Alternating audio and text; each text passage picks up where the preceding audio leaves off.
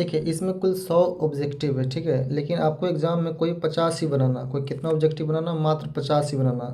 तो चलिए हम शुरुआत करते हैं। तो चलिए प्रश्न संख्या 1 में आते हैं, ठीक है। आपको इन्हीं 50 क्वेश्चन ही अटेम्प्ट करना है। कितना अटेम्प्ट करना? 50। तो जो प्रश्न संख्या हमारा 1 है, देखिए प्रश्न संख्या 1 क्या कहता है? निम्नलिखित में कौन अपरिमेय संख्या? बताइए, निम्नलिखित में कौन आपका अपरिमेय संख्या है? अपरिमेय संख्या किसको कहते हैं? जो हमारा रूट में होगा। तो देखिए इसमें से किसका वर्गमूल नहीं निकलेगा? जिसका वर्गमूल नहीं निकलेगा वही हमारा आंसर होगा, ठीक है। तो जैसे 441 है, इसका वर्गमूल तो आपको पता होगा, इसका 21 हो जाता है, ठीक है। ऑप्शन नंबर बी 2601 है, तो इसका वर्गमूल निकालिएगा तो पूरा पूरा निकल जाएगा, 51 हो जाएगा। जैसे ऑप्शन नंबर सी है 2209, इसका वर्गमूल आप निकालिएगा तो कितना हो जाएगा? 47 हो जाएगा। यानी ए बी सी इन तीनों का वर्गमूल निकल रहा। बचा ऑप्शन डी। आप इसको यदि हल कीजिएगा तो इसको डिवाइड कीजिएगा तो 2 से 100 कटेगा 50 बार, यानी 1 बटा आपका कितना आएगा? 50 आ जाएगा। इस पर भी आपका रूट है तो 1 का वर्गमूल तो 1 हो जाएगा, लेकिन 50 का पूरा पूरा वर्गमूल नहीं निकल पाएगा। आप ज़्यादा से ज़्यादा इसको क्या लिख सकते हैं? 25 गुने 2, ठीक है। तो ये 1 का 1 रहेगा, 25 का वर्गमूल 5 हो जाएगा, लेकिन 2 का नहीं होगा तो ये रूट में चला जाएगा। तो देखते हैं डी नंबर जो ऑप्शन आपका ऑप्शन है ये रूट में ही रह जाता है, ठीक है। तो आपका ऑप्शन नंबर क्या हो जाएगा? डी नंबर, ठीक है। चलिए प्रश्न संख्या 2 की तरफ बढ़ते हैं। 2 नंबर जो आपका सवाल है, देखिए 2 नंबर सवाल क्या कहता है कि यदि दो धनात्मक पूर्णांकों के लसत तथा मसत समान हो तो संख्या क्या होगी? मैंने कब ऐसी स्थिति होगा? जब लसा मसत समान हो। तो लसा मसत तभी समान होगा ना जब दोनों संख्या आपस में समान हो। अब कोई भी दो संख्या लेकर उसका लसा मस निकाले। जैसे हम संख्या ले लेते हैं 5 5, जैसे हम संख्या कितना ले लेते हैं? 5 5 ले लिए, 5,5। पहली संख्या भी 5, दूसरी संख्या भी 5। अब 5 5 के यदि आप क्या कीजिए? मस निकालिए। क्या निकालिए? मस। तो इसका आप मस निकालिएगा तो मस आपका भी 5 आएगा, ठीक है। और यदि आप लस निकालिएगा, क्या? लस, तो लस भी आपका कितना आएगा? 5 ही आएगा, ठीक है। तो लस मस तभी समान होगा जब संख्या दोनों आपस में क्या हो? बराबर हो। यानी ऑप्शन नंबर आपका क्या हो जाएगा? सी नंबर हो जाएगा, ठीक है। चलिए प्रश्न संख्या 3 की तरफ बढ़ते हैं। 3 नंबर जो आपका प्रश्न है, देखिए 3 नंबर प्रश्न क्या आपका है? 3 नंबर है 0.001 पे बार लगा हुआ है। देखते हैं 0.001 पे बार लगा हुआ है। इसका मतलब होता है ना कि 0.0001 फिर 0.001, इसी का पुनरावृत्ति हो रहा। तो इसको मैं ऐसे भी लिख सकते हैं। तो इसको आप जानते हैं, आप ये परिमेय संख्या का रूप होता है, तो इसको आपको परिमेय संख्या के रूप में बदलना है। तो इसको कुछ नहीं करना। क्या करना है? इसको आपको कुछ नहीं करना है, ठीक है। देखिए क्या आप कीजिएगा, अब क्या कीजिएगा?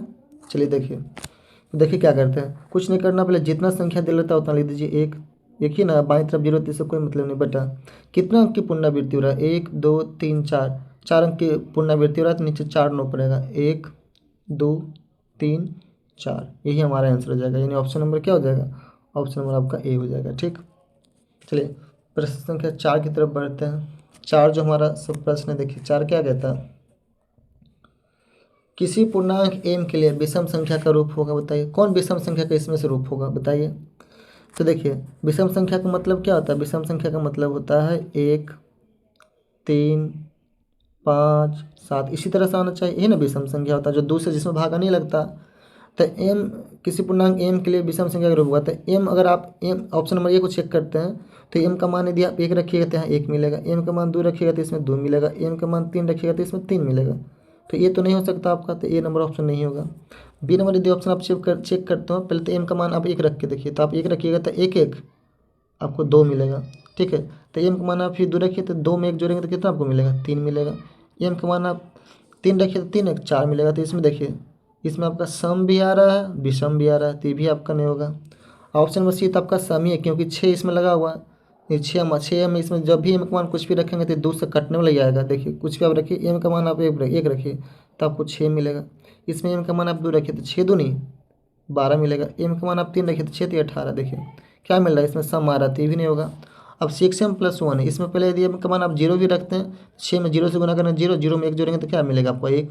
अगर इसमें m का मान हम 1 रखते हैं तो m की जगह पे 1 रखेंगे तो 6 से 1 में गुना करेंगे 6, या 6 में 1 जोड़ेंगे तो आपको क्या मिलेगा? 7 मिलेगा। अगर आप m का मान 2 रखते हैं तो 6 दूनी 12, 12 1 13। देखिए क्या आपको मिल रहा है? ये आपको मिल रहा है, ये जो मिल रहा है आपका विषम संख्या मिल रहा है।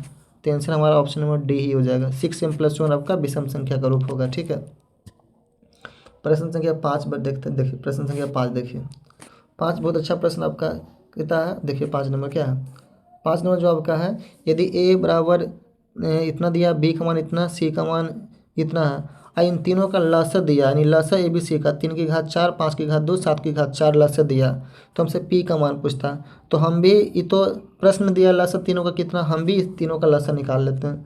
तो हम जब तीनों का लसाअ निकालेंगे तो मेरा लसाअ कितना आएगा। लसाअ में क्या होता है, देखिए लसाअ में क्या होता है, लसाअ में बड़ा घात वाला लिखा था। क्या लिखा था लसाअ में, लसाअ में आपका बड़ा घात वाला लिखा था। ठीक है, तो हम भी तीनों का लसाअ निकालते हैं।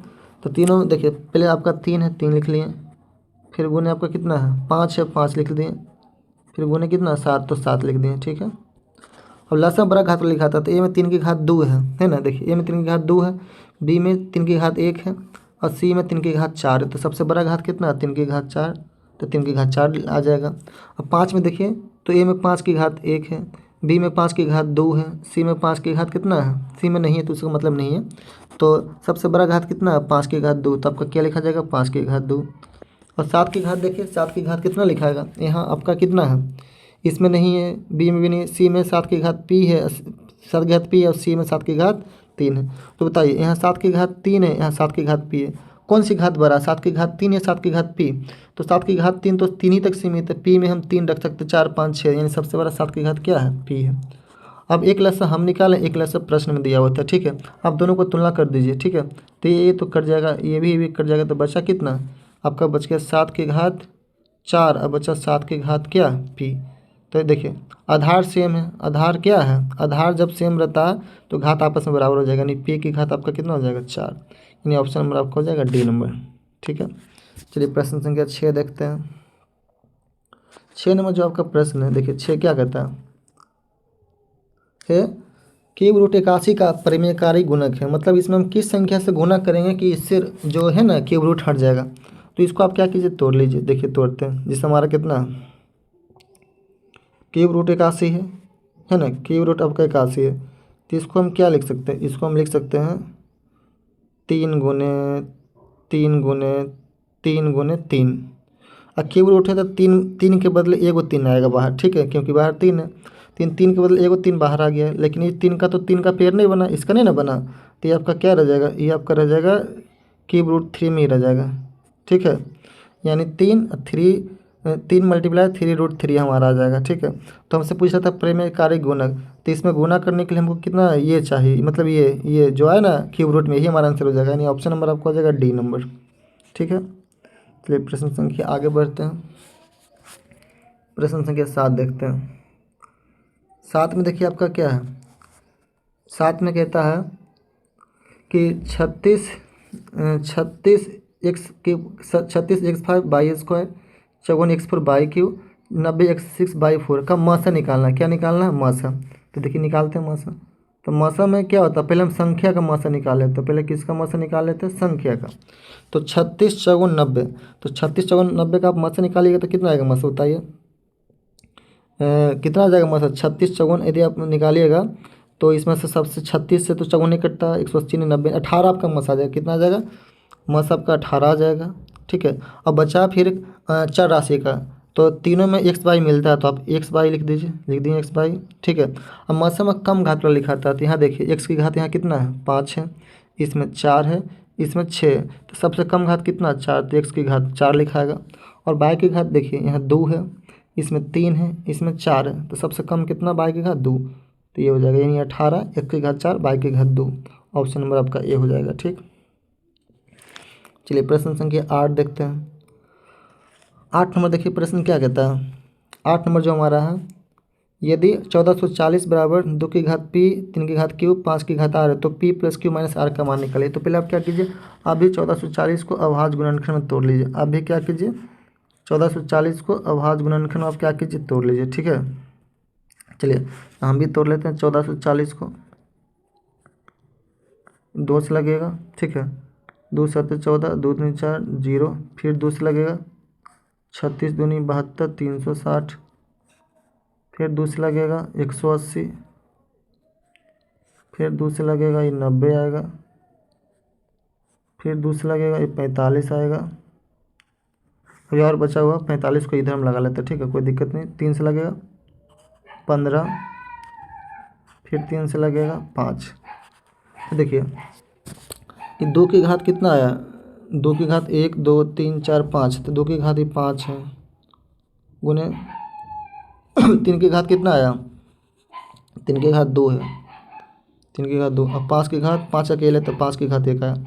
अब तुलना कीजिए, ठीक है, क्योंकि ये भी तो 1440 का ही गुणनखंड है, ये भी किसका गुणनखंड है, 1440 का ही। तब दो दो आधार मिल गया, तो पी के सामने कितना है, तो पी का मान आपका 5 हो गया, ठीक है। और 3 की घात 2, 3 की घात क्यू, तो 3 3 मिल गया, तो क्यू के सामने 2 है, तो क्यू का मान 2 हो जाएगा, ठीक है। और आर का मान आपका 1 हो जाएगा। तो हमसे पूछता है P plus Q minus R, तो पी के बदले हम कितना रखेंगे 5, तो पी के बदले 5 रख दीजिए, प्लस क्यू के बदले कितना रखेंगे, क्यू का मान आया 2, तो 2 रख देंगे। और आर के बदले कितना रखेंगे 1, इसको हल करेंगे तो कितना आंसर चलेगा, 5 2 7 में से हो जाएगा 6, यानी आपका ऑप्शन नंबर हो जाएगा ए नंबर। ए में आपका कितना 6। चलिए प्रश्न संख्या आगे की तरफ बढ़ते हैं। प्रश्न संख्या 9 देखते हैं, ठीक है। कहता निम्नलिखित में से किसका दशमलव प्रसार, निम्नलिखित में से किसका दशमलव प्रसार क्या है किसका दशमलव प्रसार अशांत है, तो किसका अशांत है। तो आप इसको याद रखिएगा। देखिए यदि x कोई परिमित संख्या रहता ना, इसको हम p बटा q के रूप में लिखेंगे, ठीक है। तो p का p रह देना, और q को आपको अभाज्य गुणनखंड में तोड़ना, वही 2 का पावर m गुने 5 के पावर n में तोड़ना। और एम एन क्या, एम एन एक पूर्ण संख्या है, ठीक है। तो यदि 2 या 5 रहे, 2 और 5 रहे, चाहे 2 अकेले रहे चाहे 5 अकेले रहे, ये स्थिति में जब भी कोई भी संख्या आता है ना, तो शांत होता है। क्या होता है, शांत होता है, ठीक है। और इसके अलावा कोई आएगा तो क्या हो जाएगा, शांत हो जाएगा। तो हम देख लेते हैं कि 2 5 किसमें शामिल नहीं है। देखिए 625 है, तो इसमें के लिए 5 है, 5 की घात 3 है, तो ये तो शांत हो जाएगा, तो आंसर नहीं होगा, ठीक है। आगे देखते हैं, ये भी 400, इसमें भी केवल 2 ही 5 है, तो ये भी आंसर नहीं होगा इसके नीचे। 250, देखिए ये भी आंसर आपका नहीं होगा ठीक है। 5 2 7, तो बच्चा कितना 462, छोचा 10 दोबारा। इसमें देखिए 3 से यदि विभाजता का नियम लगाते हैं, तो छोचा 10 दोबारा 3 से कटता है, यानी जब इसको फैक्टराइज के रूप में लिखेगा तो नीचे 3 जरूर आएगा, नीचे 3 हमारा जरूर आएगा, ठीक है। यानी ये हमारा अशांत दशमलव होगा, यानी ऑप्शन नंबर सी आपका हो जाएगा। प्रश्न संख्या चलिए 10 में बढ़ते हैं। 10 नंबर जो आपका प्रश्न, देखिए क्या कहता है। कहता है यदि n एक प्राकृत संख्या है, यदि n एक प्राकृत संख्या है, तो 9 की घात 2n माइनस 4 की घात 2n सदैव विभाज्य होगा। तो प्राकृत संख्या 1 से शुरू होता है, तो आप क्या कीजिए, n की जगह पे 1 रखिए। तो हम 1 की जगह पे जब 1 रखें तो 9 2 मल्टीप्लाई 1 हो जाएगा, माइनस 4 2 गुने कितना हो जाएगा 1 हो जाएगा आपका, ठीक है। तो 9 की घात हमारा 2 एकम 2, माइनस 4 की घात भी हमारा कितना हो जाएगा 2, तो 9 9 9 की घात 2 मतलब 81, 4 की घात 2 मतलब कितना 16। घट का जगह 11 में से 6 जाएगा 5, 7 में से जाएगा 6, यानी 65 आया। अब कहता है इनमें से किससे विभाज्य होगा, तो यदि 65 को आप तोड़िएगा तो 5 गुने 13 में टूटता है, यानी 65 5 से भी विभाजित होगा, 13 से भी विभाजित होगा। मतलब ये जो संख्या ना 5 और 13 दोनों से विभाजित होगा, तो ऑप्शन नंबर आपका क्या हो जाएगा, सी नंबर हो जाएगा, ठीक है। प्रश्न संख्या चलिए 11 देखते हैं, ठीक है। 11 नंबर बहुत अच्छा प्रश्न आपका है। कहता है कि यदि 65 तथा 117 का मस 65 n माइनस 117 के रूप में है, तो n का मान क्या होगा। देखिए ये भी जो दिया है मैथ से दिया है, क्या दिया 65 n माइनस 117 इसी का मस है। तो हम एग्जैक्ट इसका मस क्या होता है वास्तविक रूप में हम निकाल लेते हैं, ठीक है। तो हम क्या करते हैं, हम 65 और 117 का हम भी मस निकाल लेते हैं कि मेरा मस कितना आता, फिर उसको उसके तुलना में कर देंगे, बराबर कर देंगे, क्योंकि वो भी मस है। तो 2 बार में लगेगा क्या, 2 5 10 के 0, 2 6 11, 1 12। देखिए 2 बार में ज़्यादा हो जाता है, तो 2 बार में तो नहीं लगेगा, 2 बार में नहीं लगेगा, ठीक है। 2 बार में नहीं लगेगा, तो हम इस पर एक ही बार में लगाते हैं। तो एक बार में कितना आ जाएगा,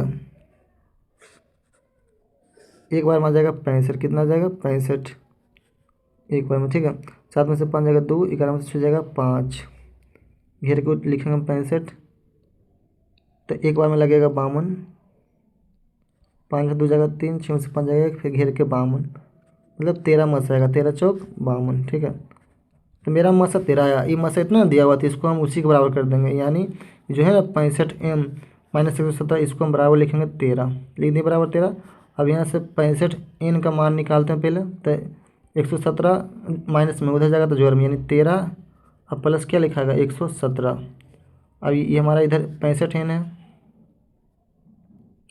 इधर जोड़ेंगे तो 130 आ जाएगा, ठीक है। और यहाँ से n का मान निकालेंगे तो क्या हो जाएगा बच्चों 130 और बटे 65, ये कट के हमारा आ जाएगा 2, ठीक है। यानी ऑप्शन नंबर हमारा हो जाएगा सी में था 2, ठीक है। चलिए प्रश्न संख्या 12 देखते हैं।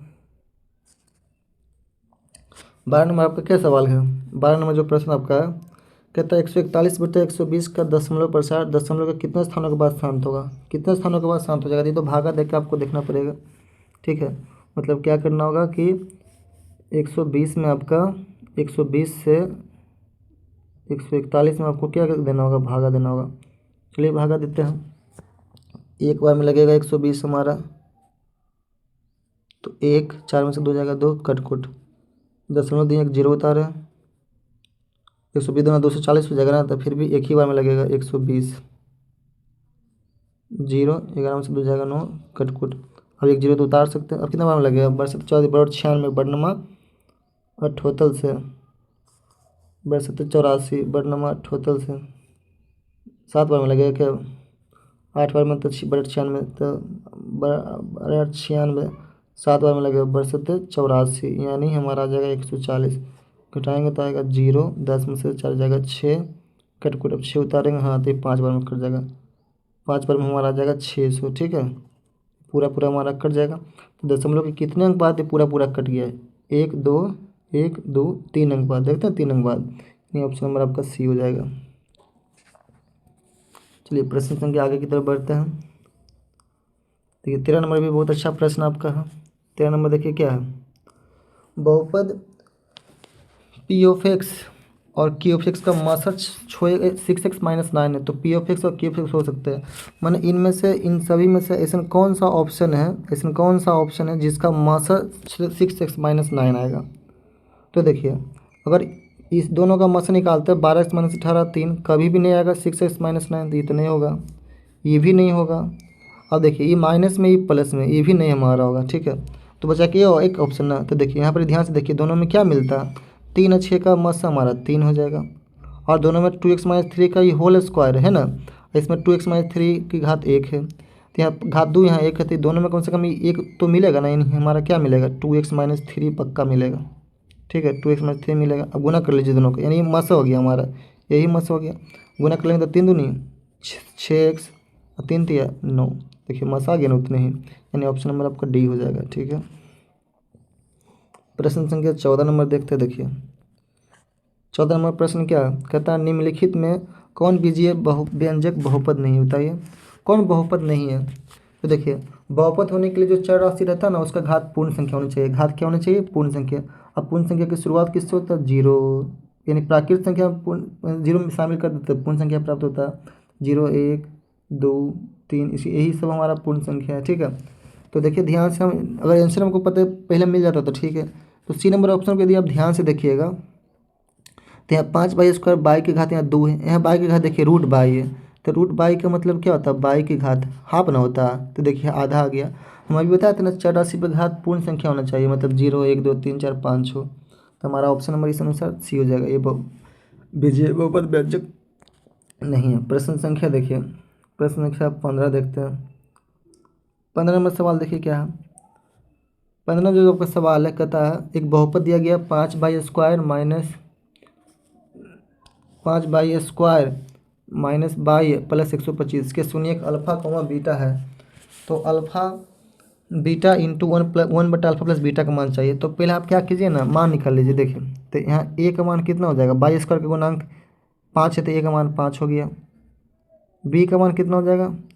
बी का मान हो जाएगा आपका कितना? -1, और सी का मान आपका 25 है। तो हम क्या कीजिए, अल्फ़ा प्लस बीटा का मान निकाल लीजिए। तो अल्फ़ा प्लस बीटा क्या सूत्र होता है? -b/a होता है ना, -b/a।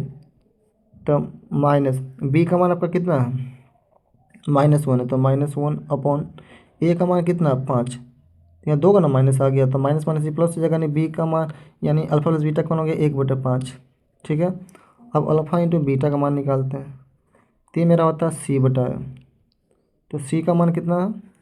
सी का मान आपका 25 है, 25, और ए का मान आपका कितना है 5, तो ये कटेगा तो कितना आ जाएगा 5 आ जाएगा।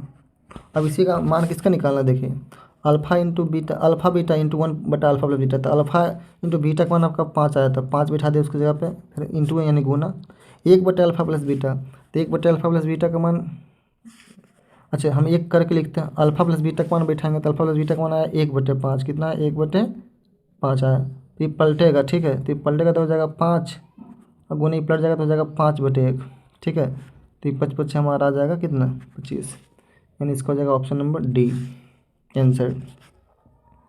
चलिए प्रश्न संख्या 16 देखते हैं। 16 नंबर जो प्रश्न आपका है देखिए क्या कहता है,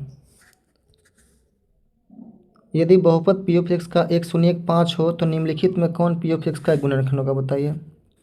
यानी पी ऑफ एक्स का 1/5 लिखता है ना, तो ये जो हमारा सवाल है पी ऑफ एक्स का 1/5 है, मतलब ये एक्स का मान ही 5 है, ठीक है, एक्स का मान ही हमारा कितना 5 है, तो 5 उधर जोड़ में, इधर आएगा तो किस में जाएगा घटाओ में, यानी x-5 बराबर क्या 0, तो जो x-5 है ना यही तो पी ऑफ एक्स का गुणनखंड हो जाएगा, क्योंकि फिर यदि इसका हम शून्य निकालते हैं बराबर देकर 0 देते हैं तो हमारा उतना ही आंसर आएगा, यानी हमारा हो जाएगा ऑप्शन नंबर ए नंबर, ठीक है।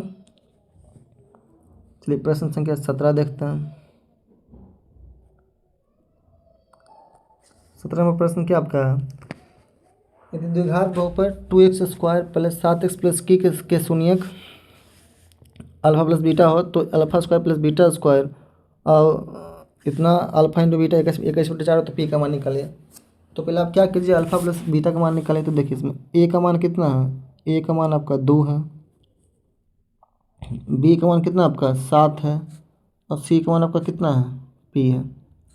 तो यदि हम अल्फा प्लस बीटा का पहले मान निकालें तो अल्फा प्लस बीटा, तो अल्फा प्लस बीटा आपका कितना होता है -b/, ठीक है, तो माइनस बी का मान है 7, तो -7/, ए का मान आपका कितना 2, तो -7/2 हो गया। अल्फा इंटू बीटा का मान निकालते हैं c/a,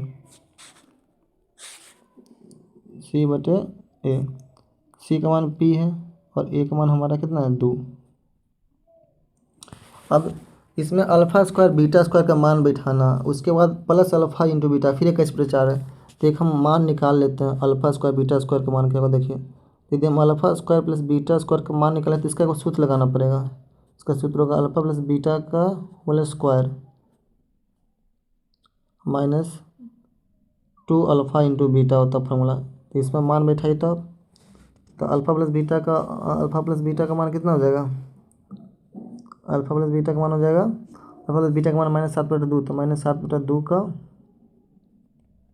स्क्वायर -2 गुने अल्फ़ा इंटू बीटा का मान निकला p/2, तो p/2 हमारा क्या हो जाएगा 2, तो ये तो हमारा आ जाएगा कितना 49/4 है, 2 कटेगा तो -p है, यानी 49/4 -p।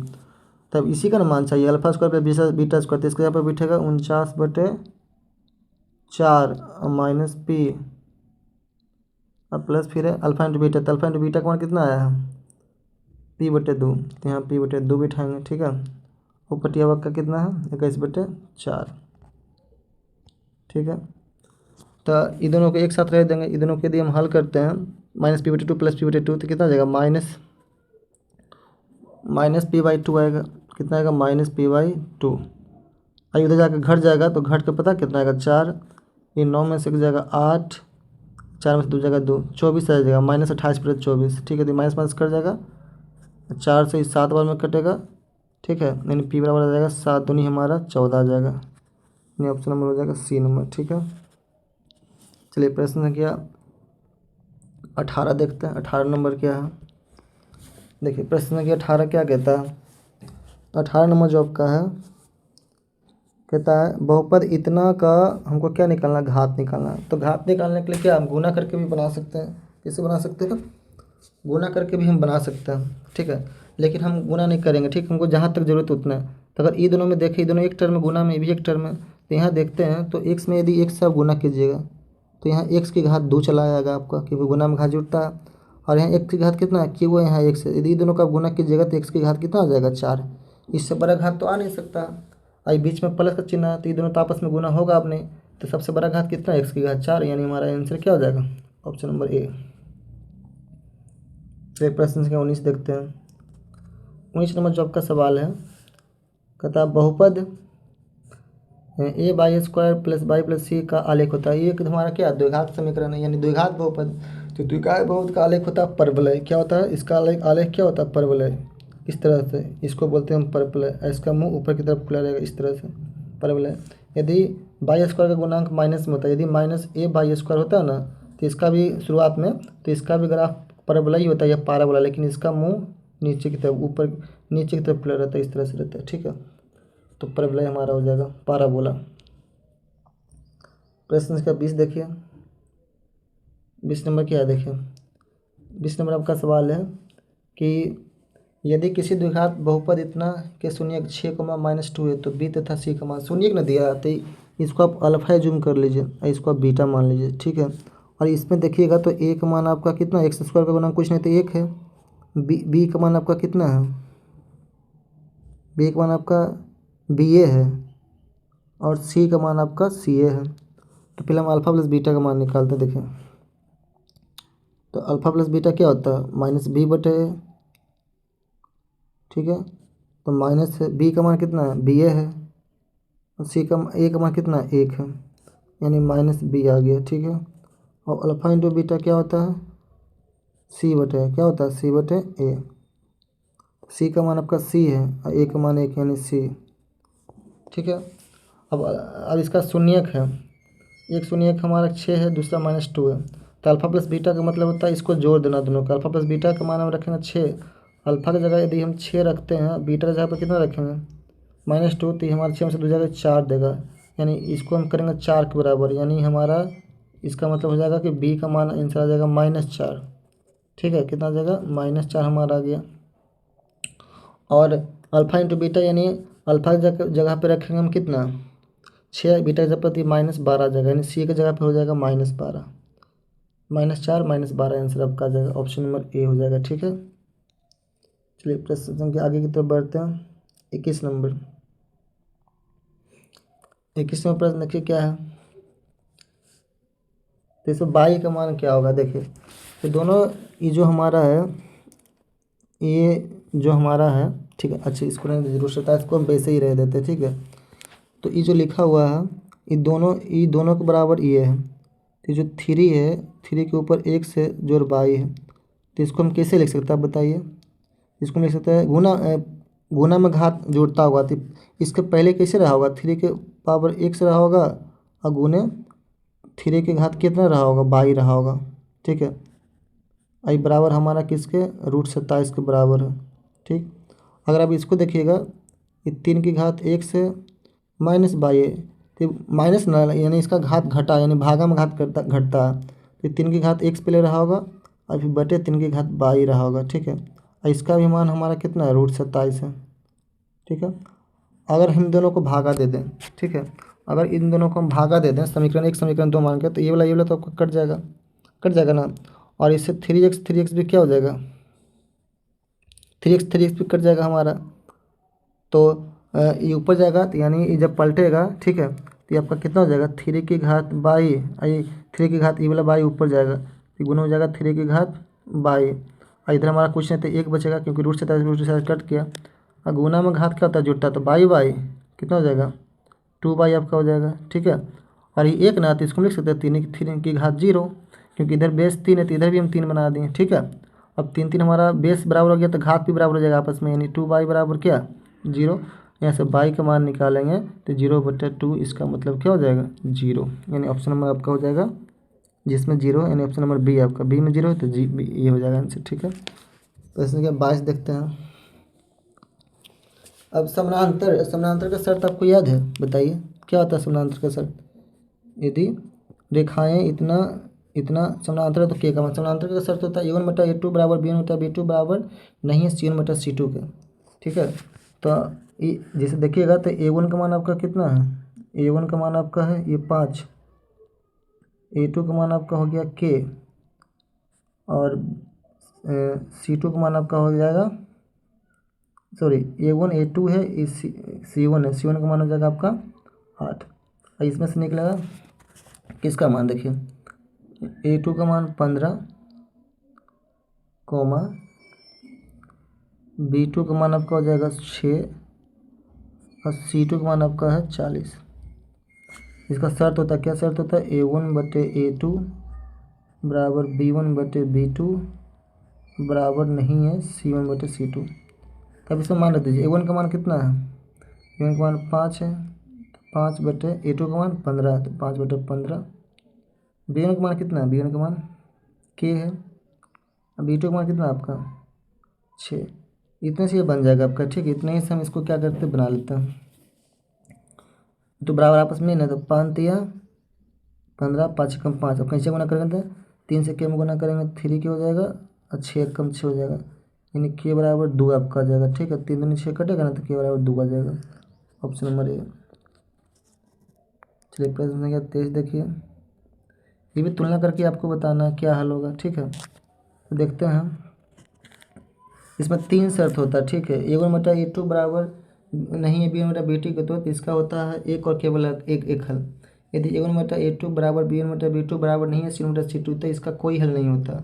और A1/A2 बराबर B1/B2 बराबर C1/C2, यानी सब अनुपात आपस में बराबर होता है, अनगिनत होता है। देखते हैं, तो यहाँ देखिए, ये हमारा ये 6, इसका मान A1 का मान 6 है, ये -9 है, ये 6, ये हमारा 6, मतलब 6 बटा यहाँ 18, 6/18 आप कीजिए तो A1/A2 हो जाएगा बराबर। देखते हैं B1/B2, तो B1 का -9 है, तो -9 बटे यहाँ -27 है। क्या ये दोनों आपस में बराबर, ये दोनों तो बराबर आ रहा था, आगे बढ़ जाते हैं। C1 का मान 6 है, यहाँ देखिए 6, ये हमारा 15, तो ये दोनों आपस में बराबर नहीं है। देखिए ये काटिएगा तो कट के -5 कट जाएगा, ये भी ये 29 27 18, ये दोनों आपस में बराबर, लेकिन ये बराबर नहीं है। तो A1/A2 बराबर B1/B2 बराबर नहीं C1/C2, तो इसका हल होता है ये, कोई हल नहीं, समांतर रेखा। इस तरह से समांतर रेखा होगा, ये लाइन एक दूसरे को कभी नहीं कटेगा, तो इसका कोई हल नहीं होगा, ठीक है। प्रश्न संख्या 24 देखिए। प्रश्न संख्या 24 सबका क्या है, रैखिक समीकरण y बराबर x का आलेख निम्नलिखित में से किस बिंदु से गुजरेगा। दोनों सेम टू सेम ना, y बराबर x, यानी x का मान 1 होगा, x का मान 1 होगा तो y, x का मान 1 होगा तो y भी 1, x 2 होगा तो y भी 2, x 3 होगा तो y भी 3, यानी दोनों आपस में बराबर, यानी ऑप्शन नंबर डी आपका हो जाएगा, ठीक है। प्रश्न संख्या 25 देखिए। 25 नंबर क्या है, देखिए, कहता है यदि समांतर श्रेणी का nवां पद 3n+8 है, तो उसका सर्वांतर क्या है। nवां पद ना मतलब an का मान है, किसका मान है, an का मान, तो an का मान आपका है ना 3n + 8 है, तो अब इसमें n का मान 1 रखिए, तो 1 रखेंगे, 1 2 3 4 रखिए, तो 1 रखेंगे तो 3 का 3, 8 3 11। अगर n का मान हम इसमें 2 रखते हैं, कितना रखते हैं 2, तो 2 रखेंगे तो 2 3 6 8, 2 3 6, 6 8 में 14, 11 14, इसी तरह से AP बनेगा हमारा। तो उसका सर्वांतर ना पूछ, तो सर्वांतर में क्या होता है, द्वितीय पद माइनस प्रथम पद, यानी 14 में से 11 घटा देंगे तो कितना आ जाएगा, 3 आ जाएगा, कितना आ जाएगा 3, यानी ऑप्शन नंबर आपका ए हो जाएगा, ठीक। ये प्रश्न नंबर 26 देखते हैं। बताइए 26 नंबर क्या हो जाएगा, इसका कौन सा पद 0 होगा बताइए। तो आप मान लीजिए कि इसका nवां पद 0 है, ठीक है, तो इसको हल करना पड़ेगा। ए का मान आपका 81 है, जैसे होता है ना सूत्र n बराबर, क्या सूत्र होता है, n बराबर a + n-1 इंटू डी होता है, ठीक है। तो an का मान आप 0 मान लीजिए, अंतिम पद इसका 0, a का मान शुरू वाला 81 है, 81 + n-1 इंटू डी का मान कितना, तो 72 में से 81 घटाइए तो 2 में से 1 जाएगा, थी 11 में से 2 जाएगा 9, 9 -9 है, कितना है -9, ठीक है। तो इसको हल कीजिए, तो 81 जोड़ में इधर आ जाएगा, आपका घटाव में जाएगा, अब -9 गुना में इधर जाएगा तो -9 भागा में चला जाएगा, ठीक है। इधर हमारा बचेगा n-1, तो माइनस माइनस भी कटेगा, 9 9 81 भी कटेगा, यानी 9 बराबर हमारा क्या बचेगा n-1, और यहाँ से n का मान निकालेंगे ना तो 9 और +1 हो जाएगा, यानी n बराबर कितना हो जाएगा 9 1 10। तो ऑप्शन नंबर हमारा 10वां पद ये हो जाएगा, कौन सा हो जाएगा, डी नंबर। चलिए प्रश्न संख्या 27 देखते हैं। जो हमारा 27 नंबर प्रश्न है, देखिए क्या है, एपी का 17वां पद उसके 17वां पद 11वें पद से 36 से देखिए 17वां पद, तो 17वां पद कितना होगा एपी का, आप लोग पढ़े होंगे। एपी का 17वां पद होगा a + 16d, तो 17वां पद जो है ना 11वें पद से, यानी 11वां पद मतलब a + 10d से कितना अधिक है, 36 अधिक है, तो जोड़ 36, इसको आप हल कर दीजिए। देखिए a कट जाएगा, 16d में से इधर 10d जाएगा तो कितना बचेगा 6d, और 6d बराबर कितना बचेगा 36, और यहाँ से d का मान निकालेंगे तो इस कर जाएगा इसे 6 छक 36, यानी d का मान आ गया 6, यानी ऑप्शन नंबर बी। ठीक है, इसमें क्या 28 देखिए, तो लगातार विषम संख्या का योगफल है। ठीक है, तो इसका फार्मूला ही होता है 1+3+5+n पदों तक, तो इसका फार्मूला ही होता है n²। लगातार विषम संख्या का योगफल का सूत्र क्या होता है n², तो ऑप्शन नंबर 1 आपका हो जाएगा। और प्राकृत संख्या रहता है 1 2 3 4, तो इसका हो जाता है ये प्राकृत संख्या वाला ये होगा। ठीक, 29 नंबर देखिए, x 9/25 समांतर श्रेणी में है, तो x तथा y का मान कितना होगा बताइए, कैसे बनेगा आपका 29 नंबर प्रश्न कैसे बनेगा। यदि x 9/25 समांतर श्रेणी में है तो x तथा y का मान है, बताइए कितने x तथा y कौन होगा। तो समांतर श्रेणी में तो ये पहला पद है, दूसरा पद, तीसरा, चौथा।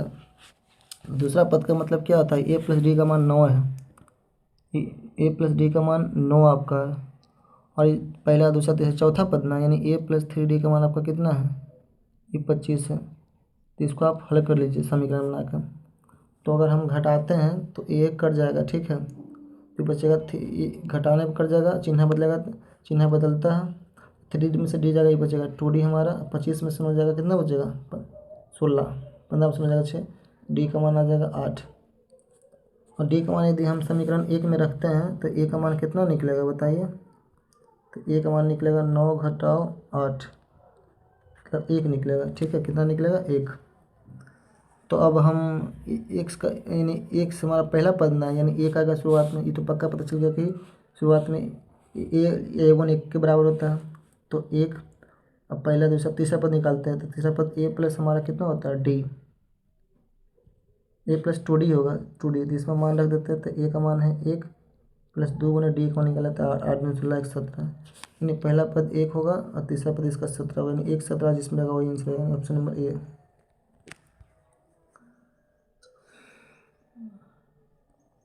चलिए देखिए, अगला प्रश्न हमारा क्या है। अगला जो प्रश्न हमारा, यदि समांतर श्रेणी n पदों का योग ऐसे नहीं तो nवां पद क्या होगा, ये तो फार्मूला ही होता है n बराबर, n बराबर क्या फार्मूला होता है आपका, n बराबर फार्मूला होता है Sn - Sn - 1। ठीक है, ये हमारा ऑप्शन नंबर आपका क्या हो जाएगा, उस अनुसार ऑप्शन नंबर आपका सी हो जाएगा। चलिए आगे की तरफ बढ़ते प्रश्न संख्या, अब बताइए 31 नंबर का आंसर क्या होगा। कहता है समांतर श्रेणी √7 √28 √63 का अगला पद क्या होगा। तो पहले कैसे बनेगा बताइए आप।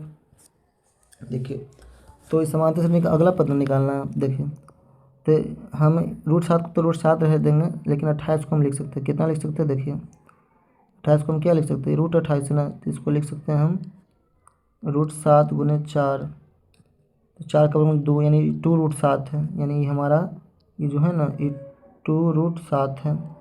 इसी तरह 63 को क्या लिख सकते हो बताइए, ये 2 रूट हमारा 7 हो गया, और 63 को आप तोड़िएगा, 63 को तो कितना लिखाएगा 9 × 7 = 63, तो 9 का वर्गमूल 3, इसका 9 3 9 7 यानी 3√7 है, यानी ये हमारा 3√7 है। तो अब ध्यान से देखिएगा, तो ये इस √7 है, 2√7 3√7 हो रहा है, यानी यहाँ पर 4√7 आएगा, कितना आएगा 4√7। और इसको यदि रूट के अंदर ले जाएंगे हम तो 4 अपना वर्ग होकर घुसेगा, तो 4 × 6 = 16 का घुसेगा, पहले से इधर 7 है, तो 16 7 बोलियोतल से, यानी 112 आपका हो जाएगा, ऑप्शन नंबर सी हो जाएगा। ठीक है, प्रश्न संख्या 32 देखिए, 32 नंबर क्या है, 32 नंबर आपका है इसका मान क्या होगा। देखिए, तो बनाने का बिल्कुल आसान तरीका, क्या आपको आसान तरीका लगाना है। देखिए क्या करना, 6 है ना, √6 फिर √6 डॉट डॉट डॉट है, तो आपको 6 को तोड़ना है 2 हिस्सा में, इसका ऐसा 2 हिस्सा में तोड़ना है कि दोनों का, ठीक है, दोनों में 1 का अंतर हो, दोनों में कितना का अंतर हो, 1 का, 2 3 6, दोनों में 1 का अंतर है, मतलब सवाद संख्या के रूप में इसको तोड़ना है, मतलब जिनका मात्रा 1 आए, 1 अंतर होना चाहिए। अब यदि प्लस है तो बड़ा वाला आंसर हो जाएगा 3, यदि बीच में माइनस रहता है तो छोटा वाला आंसर हो जाता है, तो इसके बीच में क्या प्लस ना है, तो आंसर हो जाएगा 3 आपका, ऑप्शन नंबर ए। ऐसा तोड़ना कि अंतर 1 हो। ठीक है, चलिए प्रश्न संख्या 33 देखिए, इतना का एक मूल 2 है तथा समीकरण इतना का मूल समान हो। का मूल समान है तो क्यू का मान क्या होगा बताइए, कैसे इसको आप बनाइएगा। इसको हटाइए, हमको तो कोई 50 बनाना है ना, इसको हटाइए, आगे बढ़ते हैं। चलिए 34 नंबर देखिए। 34 नंबर क्या प्रश्न है, कहता है यदि समीकरण इतना के मूलों का योग शून्य है तो के का मान क्या होगा। मूलों का योग शून्य कहते हैं यानी डी का मान 0 बराबर करना है, तो फिर डी का मान निकालेंगे तभी ना। तो आप सबको क्या कीजिए, एक तरफ ले आइए, तो ये हमारा इसको हल कर लीजिए, तो 4 के x हो जाएगा और माइनस 4 है, ठीक है। इसको इस तरफ यदि करेंगे हम, इसको इस तरफ करेंगे तो कितना हो जाएगा, इस अब क्या कीजिए, डी का मान निकाल के इसको निकालना पड़ेगा। हटाइए इसको, कोई इन्हीं 50 अटैम्प्ट करना, इसका विवेचक निकालते चलिए, हटाइए। तो डी बराबर क्या होता है, डी बराबर आपका होता है, डी बराबर होता है बी स्क्वायर माइनस 4ac, ठीक है, बी स्क्वायर माइनस 4ac, ठीक है। तो बी का मान आपका 10 ना है, तो ये तो 10 का स्क्वायर होगा, माइनस 4 बने, ए का मान आपका 5√5 है और सी का मान आपका √5 है। 10 दाएँ 100 माइनस 4 गुने, ये 5√5 में √5 से गुना करेंगे तो ये 5 के तो 5 रहेगा, √5 यानी 25 आ जाएगा, यानी 100 में से 100 जाएगा, इसका आंसर 0 आपका आ जाएगा। कितना हो जाएगा, 0। ऑप्शन नंबर क्या हो जाएगा, बी आपका हो जाएगा, ठीक है।